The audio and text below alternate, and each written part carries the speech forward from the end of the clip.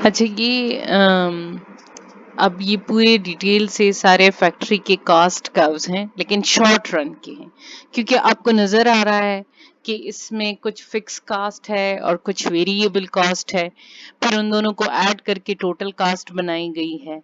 ये जो टेबल है ये मैं आपको एक शॉर्ट वीडियो में व्हाट्सएप पे वीडियो बना के भेजूंगी, खुद बनाऊंगी, लेकिन यहाँ आपके लिए समझना ये जरूरी है कि जब मैं ये आपको बता दूंगी, ये मैंने आपको स्पेसिमेन एक एग्जाम्पल करके दी हुई है, आपने इसी तरह का एक ग्राफ बना के मुझे भेजना है ये सारी डिटेल से।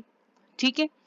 अच्छा, अब यहाँ मैं आपको एक्सप्लेन करूं कि आप देखें आपके पास मार्जिनल कॉस्ट, यानी जब आप एक यूनिट बनाते हैं, अब क्वांटिटी देखें आप, क्वांटिटी आपके पास है 1 2 3 4 5 6 7 8 9, 9 चीजें आप बना रहे हैं।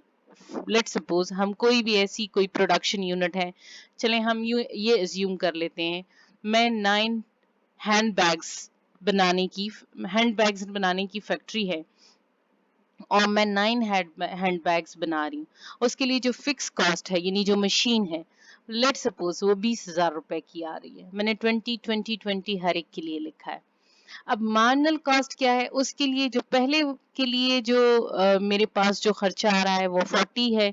दूसरे के लिए मैं नहीं कह रही कि दोनों के लिए, दूसरे के लिए 30 है, तीसरे के लिए 20 है, चौथे के लिए 10 है, और उसके बाद जब हम पांचवा प्रोड्यूस कर रहे हैं तो उसकी कॉस्ट जो है वो इंक्रीज हो रही है। सिक्स्थ वन पे फिर इंक्रीज हो रही है, सेवन्थ पे फिर इंक्रीज हो रही है, एट्थ पे और नाइन्थ पे भी इंक्रीज हो रही है। इसका मतलब है कि हमारे पास जो है जो मार्जिनल कॉस्ट है वो शुरू में कम होती रहती है और बाद में ज्यादा होती है। कहने का मतलब ये है कि जब हम प्रोडक्शन शुरू करते हैं तो शुरू में जो हम एक नया यूनिट बनाते हैं उस पर खर्चा कम आता है, लेकिन जैसे ही हम ज्यादा बनाने की तरफ जाते हैं तो चूंकि वो फिक्स कास्ट जो है, जो मशीन है उसकी एक कैपेसिटी है, जब उस कैपेसिटी से हम ज्यादा मजदूरों को एम्प्लॉय करते हैं तो हमारा खर्चा बढ़ने लगता है। अच्छा, ये जो वेरिएबल कास्ट है ना, अगर आप इसको देखें तो ये मार्जिनल कॉस्ट का एडिशन है। ये देखें 40 है, यहाँ भी 40 है, लेकिन इसके नीचे 30 है और यहाँ 70 है। यानी इसका मतलब है 40 प्लस 30 को हमने किया तो ये हमारे पास क्या आ गया, 70। 70 प्लस 20 किया तो हमारे पास क्या आ गया, 90। 90 प्लस 10 100, 100 प्लस 20 120। और इस तरह ये असल में मार्जिनल कॉस्ट की एडिशन है जो वेरिएबल कास्ट है। अब टोटल कास्ट क्या है, फिक्स कॉस्ट को और वेरिएबल कास्ट को ऐड कर दिया गया है तो टोटल कास्ट आ गई है।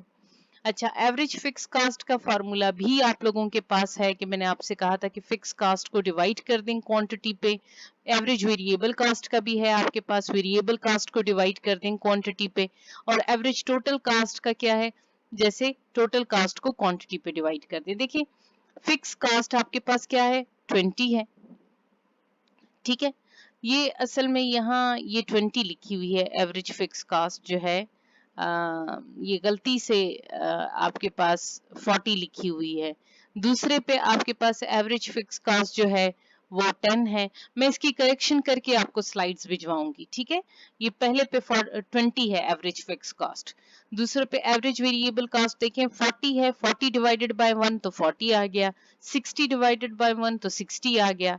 दूसरी लाइन में देखें तो 20 डिवाइडेड बाय 2 10, 70 डिवाइडेड बाय 2 35 और 90 डिवाइडेड बाय 2 तो 45। ठीक है, तो ये फिर ये ग्राफ बनाना और ये मैं आपको वीडियो सेंड करूंगी ताकि आपको क्लियर हो जाए और आप खुद बना सकें।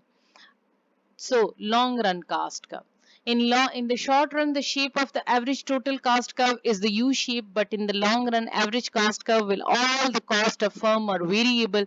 The firm having time period long period enough can build larger scale a type of plant to produce a target output.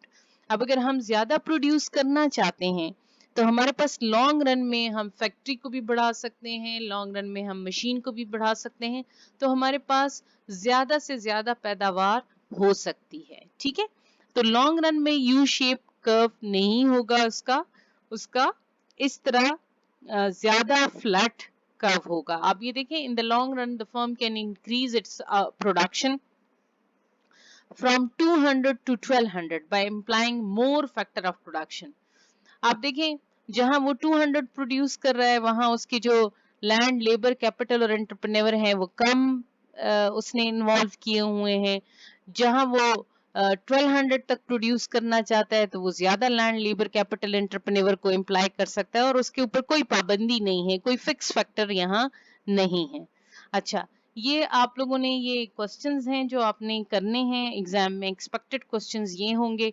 अच्छा, आप लोग बिल्कुल भी परेशान ना हो, ये जो कॉस्ट कर्व एनालिसिस का जो ग्राफ बनाना है ये मैं आपको वीडियो बना के भेजूंगी, लेकिन आपकी अटेंडेंस जो है वो इस बात पे मार्क होगी कि आप लोग इसको कितना अच्छे तरीके से बनाते हैं और मुझे पिक्चर सेंड करते हैं। Is it clear?